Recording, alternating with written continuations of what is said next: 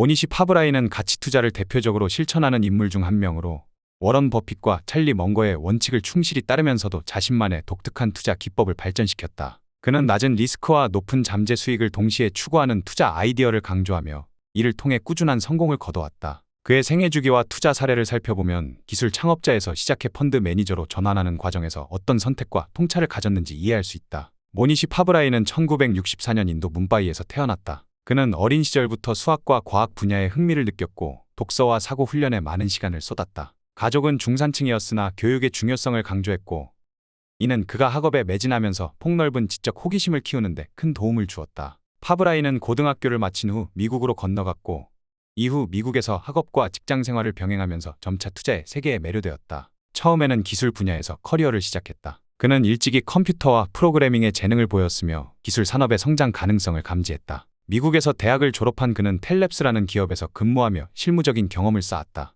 텔랩스에서 일하던 당시 그는 비즈니스의 실체와 가치 창출 과정에 대해 깊이 배울 수 있었다. 이 시기 파브라이는 투자의 필요성을 점차 깨달았고 실질적인 투자 기회를 모색하기 시작했다. 몇 년 후 파브라이는 자신의 회사를 세우기로 결심했다. 기술 분야에서 성장세가 두드러지던 1990년대 초 그는 데이터 및 네트워크 분야 관련 컨설팅 서비스를 제공하는 트랜스텍을 설립했다. 트랜스텍은 초기에는 작은 규모로 출발했으나 파브라이의 실행력과 기술 산업 전반의 확장에 힘입어 빠르게 성장하였다. 창업가 정신을 발휘하며 트랜스텍을 이끌던 파브라이는 회사를 지속적으로 키워나갔고 결국 이 회사를 성공적으로 매각함으로써 큰 자금을 손에 쥐게 되었다. 그는 이 현금을 바탕으로 본격적인 가치 투자 활동에 나서게 되었다. 파브라이는 이미 워런 버핏과 벤저민 그레이엄의 저작물을 토대로 안전마진을 최우선으로 두는 전략을 이해하고 있었고 또한 찰리 먼거의 지적 탐구 태도와 집중 투자 철학에 깊이 공감했다. 1999년 모니시 파브라이는 투자자로서 첫 발을 내딛기 위해 파브라이 인베스트먼트 펀드를 설립했다. 그는 워런 버핏이 파트너십을 운영하던 방식을 참고했고 단순하고 투명한 구조를 선호했다.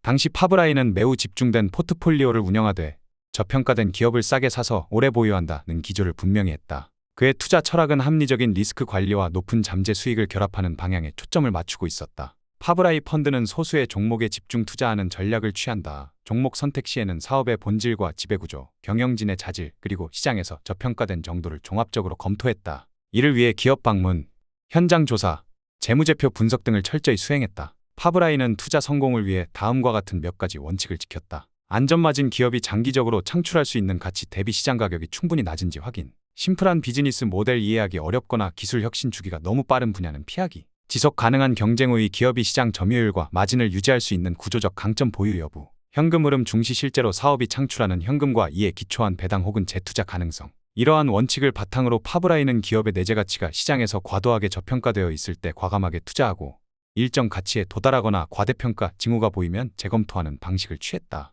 파브라이 펀드는 설립 후 여러 투자에서 성공을 거두었는데 그중 하나로 대표되는 것이 피아트 크라이슬러에 대한 투자다. 피아트 크라이슬러는 자동차 산업 재편 과정에서 여러 번 경영상 난관을 겪었지만 파브라이는 회사의 재무 구조가 개선되고 피아트와 크라이슬러의 합병 시너지가 발생할 것이라고 판단했다. 그는 이 기업의 현금 흐름 전망과 비용 구조, 브랜드 파워 등을 면밀히 검토한 뒤 투자에 나섰다. 결과적으로 자동차 시장이 회복 국면에 진입하고 회사의 새로운 모델들이 출시되면서 가치가 상승했다. 이 투자로 파브라이는 큰 수익을 얻었다. 또 하나 주목할 만한 사례로 2008년 금융위기 전후의 은행주 투자가 있다. 파브라이는 금융주 자체를 자주 다루는 편이 아니었으나 2009년경 지나치게 저평가된 은행주가 많다는 사실에 주목했다. 당시 시장에서는 은행 시스템에 대한 불신이 극대화되었지만 파브라이는 재무 건전성이 비교적 우수하고 미국 정부의 구제금융 지원 가능성이 높은 은행을 중심으로 선별 투자에 나섰다. 그 결과 시장이 회복하자 은행주 가격도 급등하면서 상당한 이익을 실현했다. 이외에도 철강, 알루미늄 및 광산업 관련 종목 투자에서 성공을 거둔 적이 있다.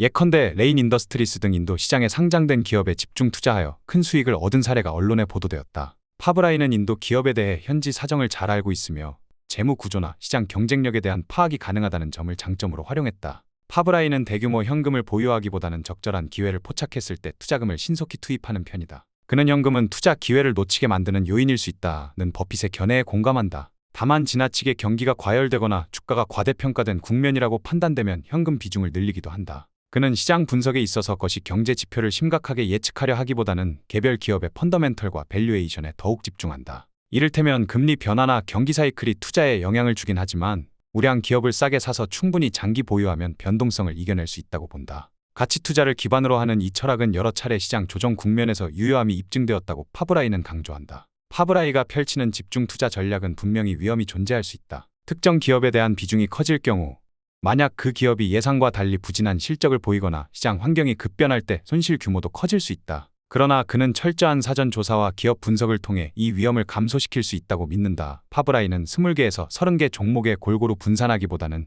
이해도가 높고 전망이 확실한 10개 이하 종목에 집중 투자하는 편이 장기적으로 더 높은 수익을 준다고 강조한다. 파브라이는 오랜 시간을 두고 기업이 성장해 나가는 과정을 지켜보기 위해 인내심을 유지한다. 다만 매년 혹은 분기마다 투자 기업들의 실적을 점검하며 만약 이전에 내렸던 투자 논리나 가설이 무너질 조짐이 보이면 재빨리 포지션을 축소하거나 매도하기도 한다. 이를 통해 가치 투자자로서 흔히 빠질 수 있는 지나친 확신의 함정을 피하려고 한다. 모니시 파브라이는 워런 버핏을 깊이 존경하는 인물이며 그를 만나기 위해 2007년 글라이드 자선 경매에서 버핏과의 점심 식사를 낙찰받았다. 당시에 약 65만 달러 이상을 지불했고 이는 이후 투자자들과 미디어에서도 큰 화제가 되었다. 한국 돈으로 대략 7억 원이 넘는다. 파브라이는 버핏과의 점심 자리에서 투자 철학, 세계 경제 전망, 삶의 가치 등에 대해 폭넓은 대화를 나눴다고 한다. 그는 그 순간을 인생에서 가장 값진 대화 중 하나로 기억하며 이후 펀드 운영과 개인적 가치관에 더욱 확신을 얻었다고 밝혔다.